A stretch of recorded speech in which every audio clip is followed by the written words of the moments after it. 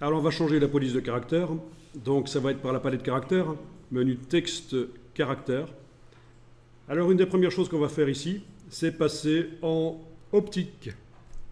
Parce que ce soit pour des titres ou des paragraphes, ça améliore franchement l'aspect. Donc vous avez toujours votre bloc qui est sélectionné avec la flèche noire.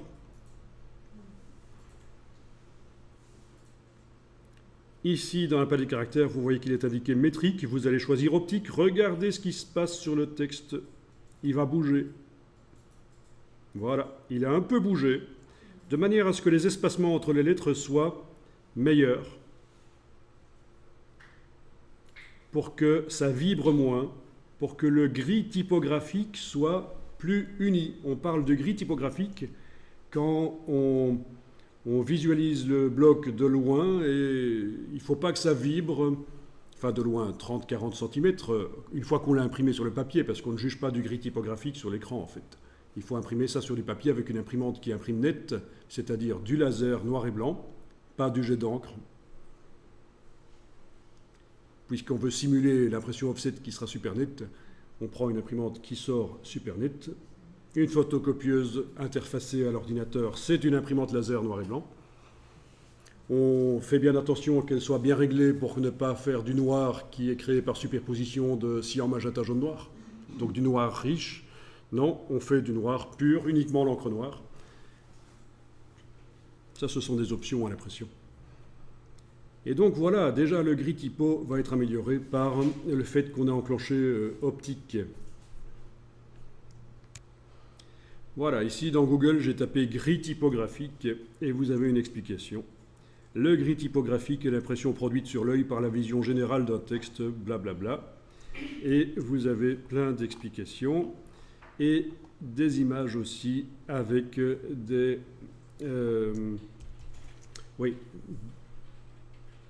exemples. Là, je pense qu'on vous dit que si vous plissez les yeux, vous voyez les choses floues et ça vous aide à bien tester le gris typographique. On vous montre que certains blocs de texte ont des lézardes, des gros trous entre les mots. Ça, on verra comment régler, évidemment, c'est automatique dans InDesign. Il faut juste penser à le régler. Le gris typographique. Donc, il faut qu'un texte vu de loin ne vibre pas et le bloc de texte doit avoir l'air le plus uni possible. Un bon gris typographique, et c'est ça que l'option qu'on vient de faire ici va aider à faire. Maintenant, il y a d'autres choses qui influencent. La taille de la police utilisée. Donc, vraiment, souvenez-vous que ce n'est pas sur écran que vous allez pouvoir juger de la qualité de la publication, la taille de police et la police que vous avez choisie. Donc, avant de commencer à faire tout un document avec des dizaines de pages, faites un petit échantillon. Imprimez ça, peut-être sortez à différentes tailles de police pour vraiment décider, avant de faire tout le document, quelle est la police que vous allez utiliser. Ben oui.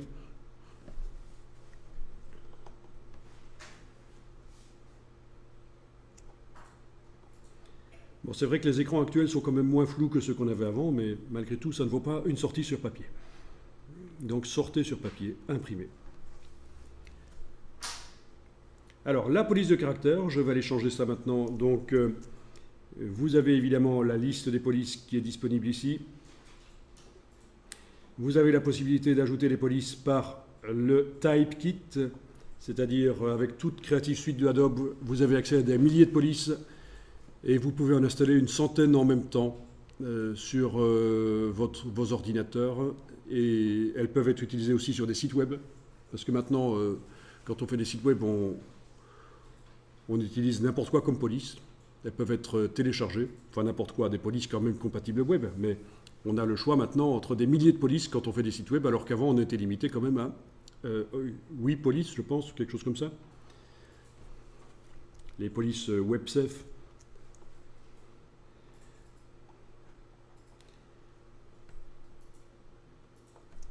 Pour choisir les polices, il y a un autre système qui est meilleur, c'est d'utiliser le livre des polices sur le Mac ou sur le PC un gestionnaire de police qui va vous permettre d'imprimer sur papier à différentes dimensions toutes les polices que vous possédez, ou même une partie.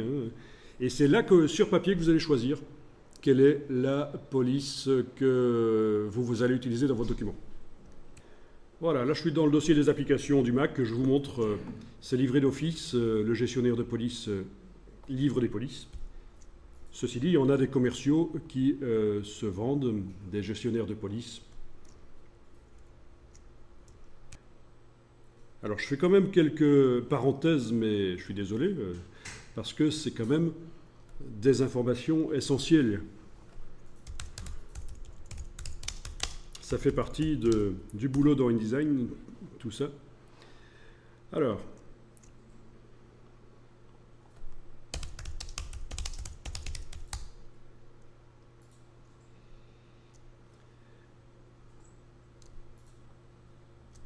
bon là j'ai juste tapé Best Font Manager et je tombe sur des gestionnaires de police, des listes.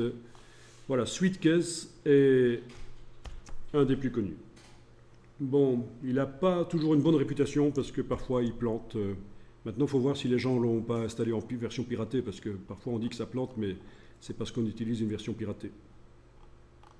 Font Explorer.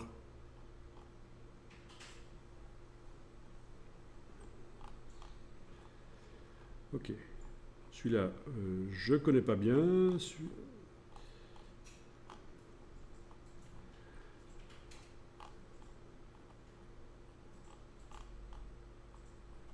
Vous voyez qu'il y en a, hein. Parfois pour Windows, parfois pour Mac, parfois les deux. Ce sont des gestionnaires de police qui vont vous permettre d'imprimer toutes vos polices de caractère sur papier. Ça peut prendre, si vous avez beaucoup de polices, ça peut prendre 1000 pages. Mais ça vaut la peine quand on est un pro de la mise en page.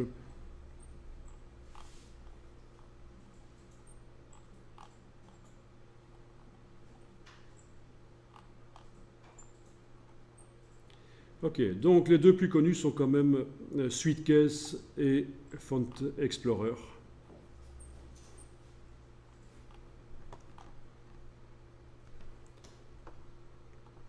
Bon, sinon, je suis ici dans celui de livret d'office avec le Mac. Et donc là, j'ai la possibilité d'avoir une vue d'ensemble sur les polices, sur les caractères d'une police. Voilà, je viens de changer la taille juste là, et voilà, gras, gras italique, italique, normal, etc. Bon, si j'active toutes les polices, je ne vais pas les activer toutes, sinon ça va prendre trop de temps, mais je vais activer une série de polices ici. Attention, les polices de caractère, ça bouffe de la mémoire à l'ordinateur, hein. Raison pour laquelle on peut les désactiver. Le manager de font, le font manager, le gestionnaire de police, il sert aussi à ça. Il sert à désactiver temporairement certaines polices que je n'utilise pas parce que ça bouffe de la mémoire à l'ordinateur. Ok, donc par exemple ici je viens de sélectionner plein de polices. Bon, il y en a certaines qui ne sont même pas utilisables en langue de chez nous, on va dire. Anglais, français, etc. Donc, mais pourquoi pas? InDesign est capable de faire des documents en écrivant de droite à gauche. Si vous écrivez en hébreu, en arabe, c'est tout à fait possible. Avant, il fallait une version spéciale de InDesign, la version Moyen-Orient. Maintenant, c'est installé d'office. Vous avez la possibilité de faire du texte donc de droite à gauche. Et c'est un créneau. Hein, c'est un créneau. Ceux qui offrent ça en plus vont avoir des clients en plus, forcément. Donc c'est ce qu'on appelle le texte RTL, Right to Left. Et un document qui comporte les deux, bon, c'est un document avec du texte bidirectionnel. Et on parle de texte BD. Si vous voyez du BD, c'est bidirectionnel, ça veut dire qu'il y a du texte qui va de droite à gauche dans le document. Et un autre endroit de gauche à droite, évidemment, plusieurs langues dans le même document. Ok, donc ici, fichier imprimé. Voilà, et vous voyez la boîte d'impression et ce que ça va donner. Donc 28 pages qui vont me montrer les polices comme ça.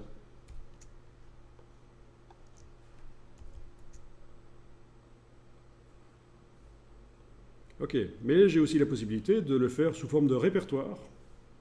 Voilà à quoi ça ressemble. 989 pages là. Pas très intéressant. Possibilité de le faire sous forme de chute d'eau. Waterfall. Voilà, c'est la police à différentes tailles. Voilà, voilà.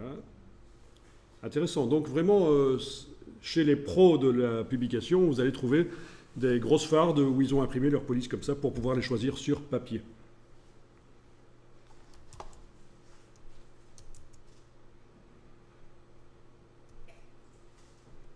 Ok.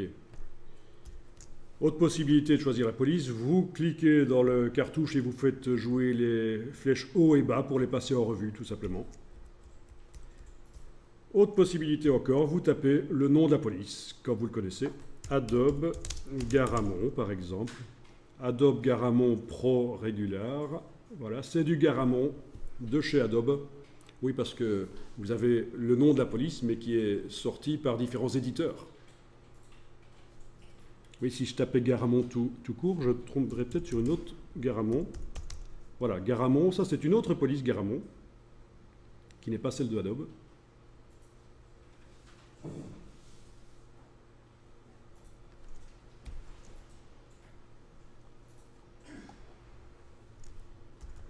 Quand vous voyez un petit O en face de la police, ce sont les meilleures polices qui existent, ce sont les OpenType.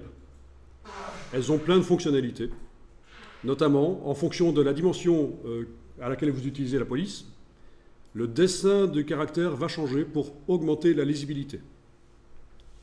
Plus, il y a plein de fonctions OpenType. Vous allez voir sur Wikipédia OpenType et vous allez voir donc à quoi ça correspond. L'OpenType, c'est le système de police le plus avancé pour l'instant. Ok. Alors là, vous changez la taille du caractère et vous pouvez changer l'interlignage si vous voulez. L'interlignage, comme tout cartouche dans InDesign, quand c'est inscrit entre parenthèses, ça veut dire que c'est la valeur par défaut. Et ça doit être, à mon avis, je vais faire le calcul. Je sors ma super calculette. Ok. Donc, par exemple, si j'ai une police de 14 points divisé par 100 fois 120, j'obtiens 16,8. Donc, si j'ajoute 20% à 14, ça fait 16,8. Qu'est-ce qu'on a ici? 16,8. Donc, la valeur par défaut d'interlignage dans InDesign, c'est 20% de la hauteur du caractère.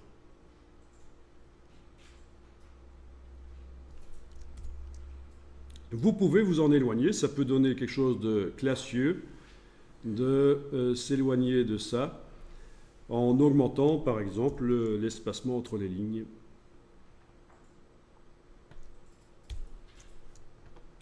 Plus vous mettez d'espace dans un document, plus il va donner une impression de richesse.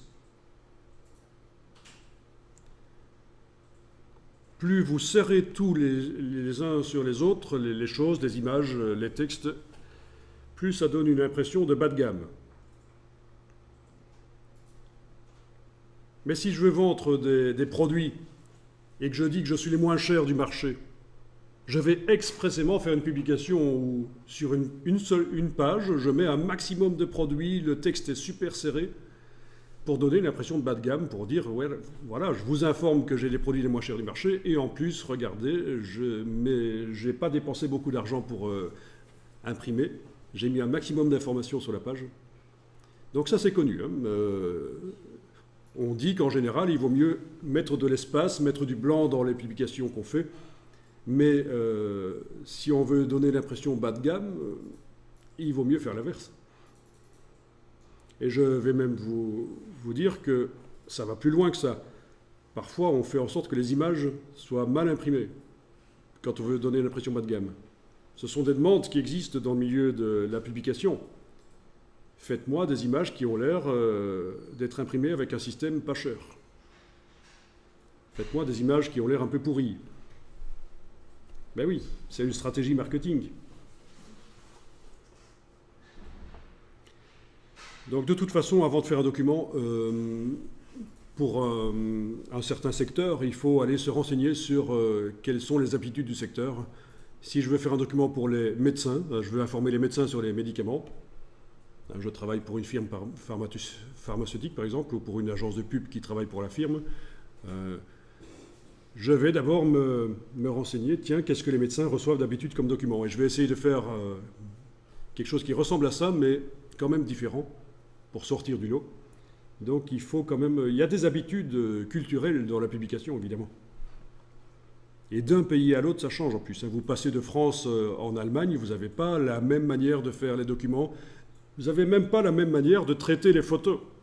Regardez un magazine allemand, les photos ne sont pas traitées de la même manière qu'un magazine français ou italien. C'est vraiment très culturel.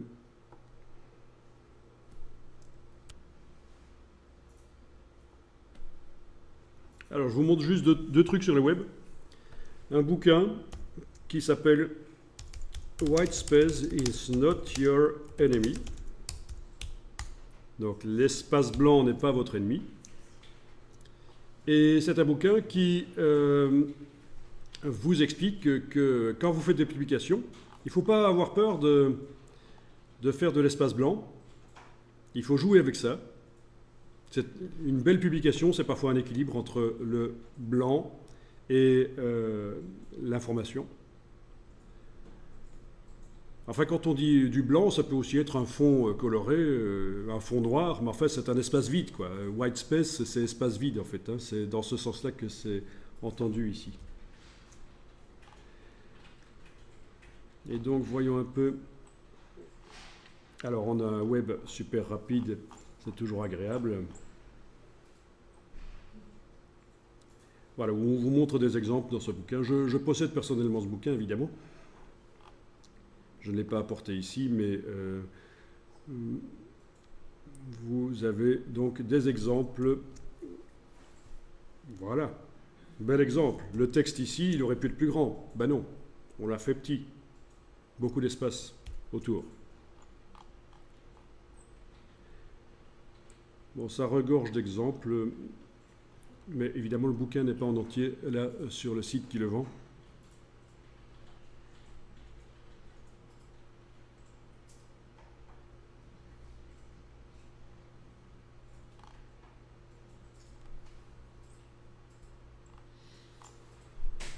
Ok.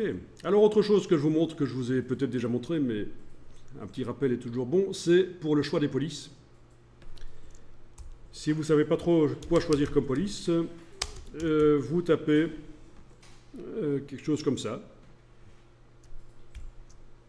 dans Google et vous allez tomber sur le site allemand qui vous répertorie les 100 meilleures polices. Et donc, ce sont des polices qui sont validées comme étant valables donc par les gens qui s'y connaissent, les typographes. Ils valident ces polices-là sont de qualité. Si vous faites un document avec ces polices-là, vous n'aurez pas la mauvaise surprise de découvrir que vous avez choisi une police qui n'est pas de bonne qualité.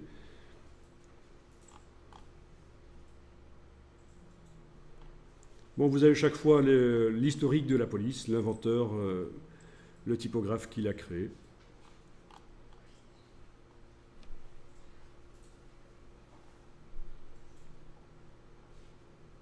Voilà. Ah tiens. Des chiffres elzévériens. Quand vous avez des chiffres, certains qui montent et d'autres qui descendent comme ça, c'est dans certaines polices, notamment les OpenType, vous avez ce qu'on appelle les caractères elzévériens. Ça vient de l'éditeur, hein. Elsevier. Voilà, bon, ben, vous regardez ça si vous voulez, un jour ou l'autre, les polices de caractère.